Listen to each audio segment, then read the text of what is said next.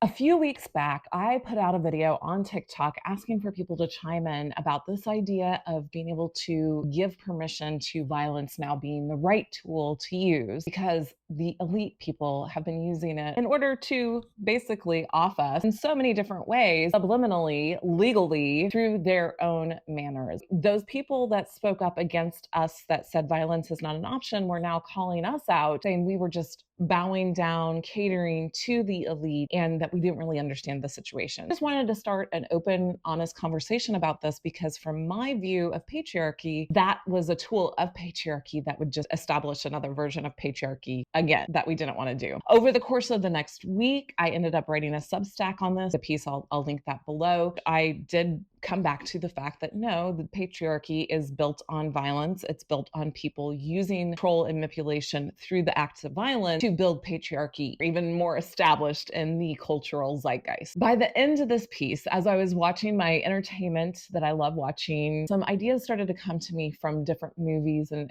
videos that I've been watching or series that I've been watching that I ended up putting into this Substack piece. And now another week has passed where I continue to watch one of these series specifically and rewatch movie that I mentioned. I am even more convinced this is the tool that's hiding in plain sight for us that we really need to understand and use in order to move out of patriarchy. The thing is, most people do not see this tool, even though it's hiding in plain sight, because we haven't really taken the idea of patriarchy and how it forms our inner thoughts, behaviors, actions, the cultural stories that I keep talking about, and therefore keeping us locked in a room that we can't get out of because the only tools we see are the tools of patriarchy. This tool, as you will see, is laying in plain sight for all of us to grab a hold of if we know how to look for it and how to use it. We are going to back up a little bit and explain why stories are so important to us. I'm going to give you a personal example and then we'll jump into this tool. Our cultural stories, from Genesis to Manifest Destiny, from us being a Christian nation to the idea that we are built on traditional family values, they are not just stories out there in the zeitgeist. Especially if you're like me, you've already maybe deconstructed from a lot of these religious stories, but they're still embedded in the culture of our DNA because that was how our country and most of the Western world was established through Genesis and then through Christian nationalism. I want to really reiterate this point. These are not just stories that live out there in our laws and our religious institutions or in our culture. They're actually stories that are getting embedded into our very DNA by being told and retold through our history book as if they were, they're facts, right? So we don't question the fact. We don't ask why this was allowed to happen. We just assume that this is history and that is all to history that we need to know. We build ourselves and our culture based on these stories, and they're woven into our DNA. Therefore, evermore, we begin to act and think and behave, even if we don't consciously realize it, based on what these stories have told us, and at this point, invisibly for thousands of years. And I take some examples of Manifest Destiny so we can really peel this back and look at it. Originally, Manifest Destiny was developed or created or, divinely inspired, they would say, in order to give them the right to take land in America by force. That if people doubted this divine right or they questioned this divine right, that doubt and that questioning was squelched by the idea of, one, you must not be the right type of Christian and worshiping the right God, so we can discount you. You need to get in line with us unless you want to also be oppressed and sent off to camps. Or two, if you're a heathen and don't have any understanding of Christ, well, then that's why we need to have Manifest Destiny so we can introduce you to the right way to worship God and the right way to be in line with divinity. So we're going to use force, manipulation, power, violence, take you over and push or shove Christianity down your throat. In today's day and age, so let's just look at Christian nationalism because it's one of those ones that was very subliminal in its early years to all the way becoming very overt and noticeable in this day and age as a type of manifest destiny. People are using that excuse again, that if you don't believe in this very narrow way to live your life, then we are going to legislate you to the point that you have to act like you believe so that we can feel comfortable doing what we're doing in our lives. Another even more subliminal way manifest destiny shows up is through our schools down here in the South. Prayer before sporting events still happens. After sporting events, it still happens. And it's that prayer of, we're going to conquer your and take over your team by our force, by our brutality, by our domination. We're going to be able to do that because God is on our side, because we worship the right version of God at the school, whether it's public or not. Manifest destiny keeps showing up in our politics. It keeps showing up in our spaces, religious and communal alike. So now we're taking that idea of manifest destiny and we're looking at the lens of violence. In actuality, though, when you start to really look at what violence is allowing the human to do, it's allowing the human to stay unevolved. It is our caveman mentality that says we don't like strangers, so strangers are still danger, and we don't like change. So we're going to come out of our cave with our clubs swinging left and right, up and down to take out any enemy that could be of danger to us. This is like the little boy on the playground, or the little girl, I don't want to genderize it, but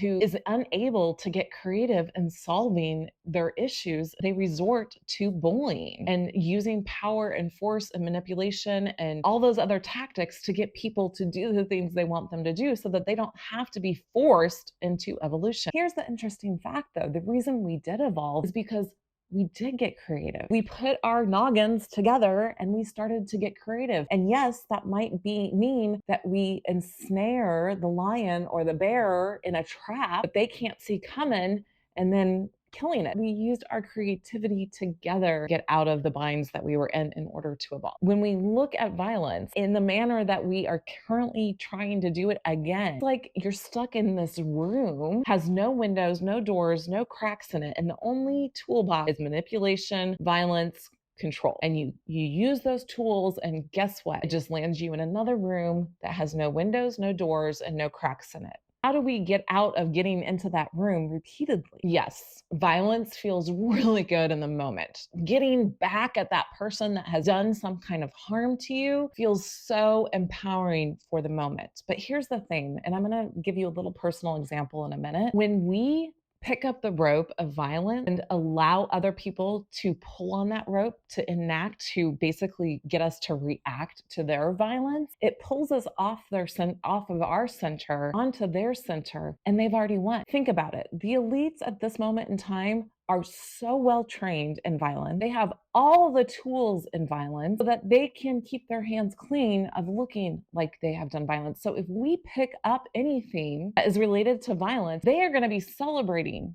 They're not going to be shaking in their boots, maybe a little bit, but they are going to be celebrating because they know the tools of patriarchy and they know them better than us. And they're going to use them better than us to make sure that their will still is enabled and being able to move forward. So just think about that for a second. Patriarchy loves violence. It loves power and control. It loves the things it knows. Of course, if we pick up that mantle, if we pick up that tool, it's going to love, and not in the way we want it to love us. Jump into a personal example here for you. I was in an abusive marriage. And this is really part of the huge reason of why I woke up to be able to do the work I am now moving into doing. Because I learned, not early on in the marriage, but when I finally figured out what type of marriage it wasn't just a very difficult Christian marriage because I wasn't submitting enough. But in fact, because of the gender roles, it allowed the abuse to happen super easily, super subliminally without me seeing it. Because I didn't understand that if I engaged in the narcissist way of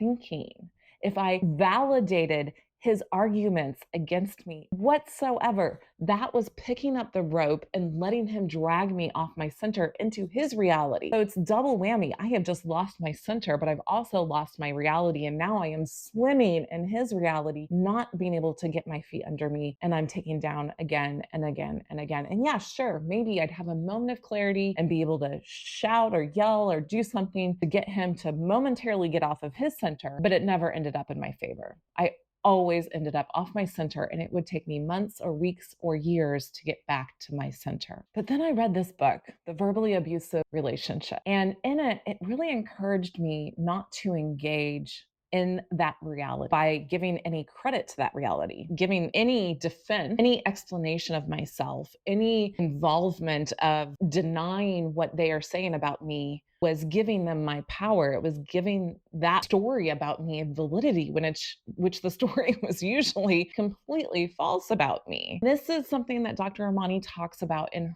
her work, where she uses an acronym called D. Do not defend, do not engage, do not explain yourself, and do not personalize the narcissist argument against you, because it just picks up that rope. It picks up that rope of violence and continues the abusive cycle time and again. Now, unfortunately, our political and those that run our companies, the top echelon, the one percenters, know how to use violence, just like I said earlier. And they are like that narcissist. If you pick up that rope of violence against, it's just going to get them so happy because they know how to deal with that.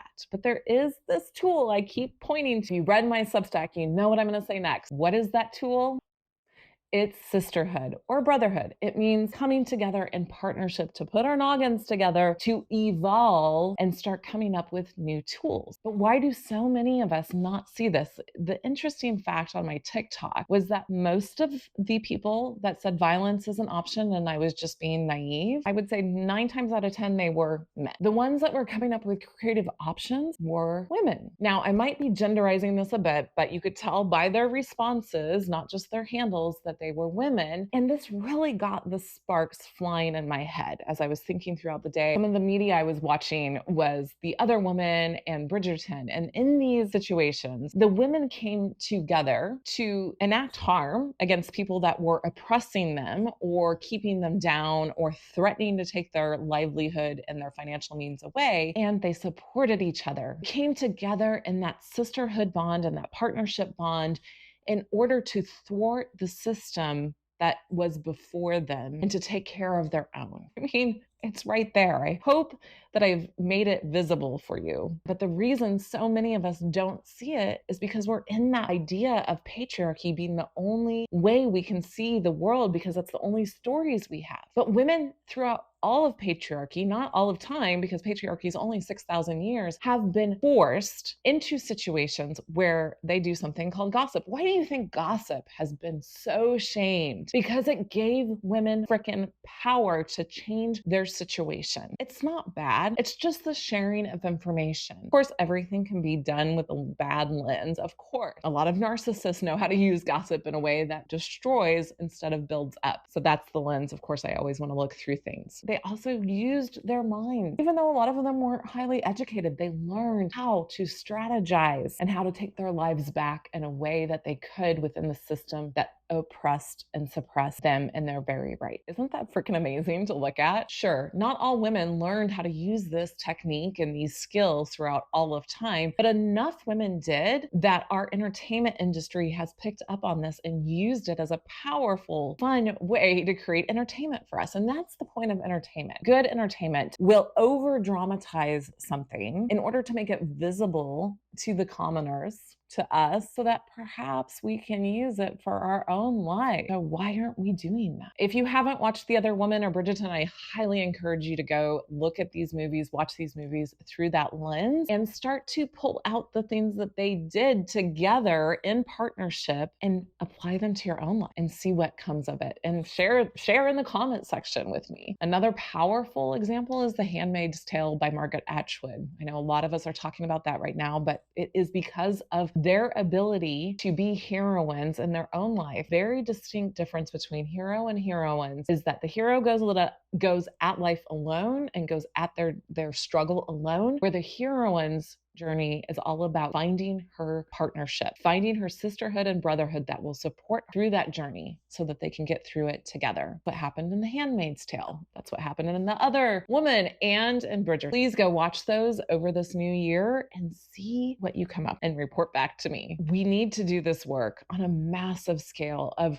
deconstructing the stories that patriarchy has implanted in our brains and on our physical bodies through these stories, and and start to create new stories in their place, which is the work that I'm doing on the fiction historical side for us, something like that or more of that, please. In order to create this new world, we have to evolve. We have to get creative and we have to evolve past the tools that patriarchy has given us. If you're interested in doing this work and you want to make it fun and not so heavy and, just burdensome, please make sure that you have joined me on Substack and on YouTube in order to get the videos that I'll be producing and the Substack articles that will walk you through the process that I believe I've identified and how to do this through doing it in my own life over the last 12 to 14 years. What is one cultural story, maybe one that I mentioned or one I did not mention, that you can now clearly see having its way with you in your life, especially if you're not in the Christian church still? What other stories are still embedded in your DNA that you can now see? How have they mandated for you to act in a certain way that you just acted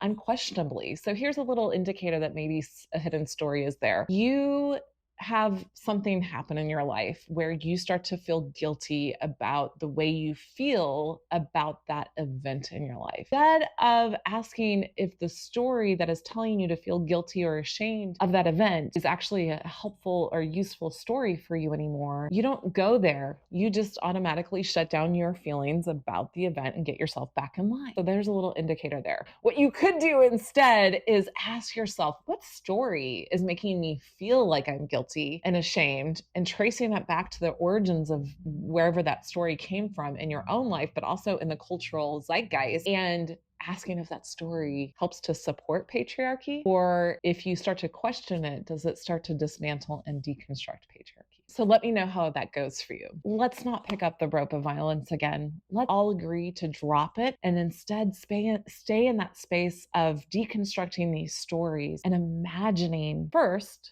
what history maybe could look like from a different point of view if we get up and move over there instead of staying here in patriarchy, which again, the work I'm going to be doing on YouTube and Substack will help with that, and getting into that creative space that allows us to evolve outside the toolbox that patriarchy has given us. Let's learn or relearn how to use sisterhood, brotherhood, and partnership to come together, to put our noggins together and get creative. Maybe there's other things out there that we haven't seen yet. I'm sure there are, and I look forward to exploring that with you. So much love. Bye-bye.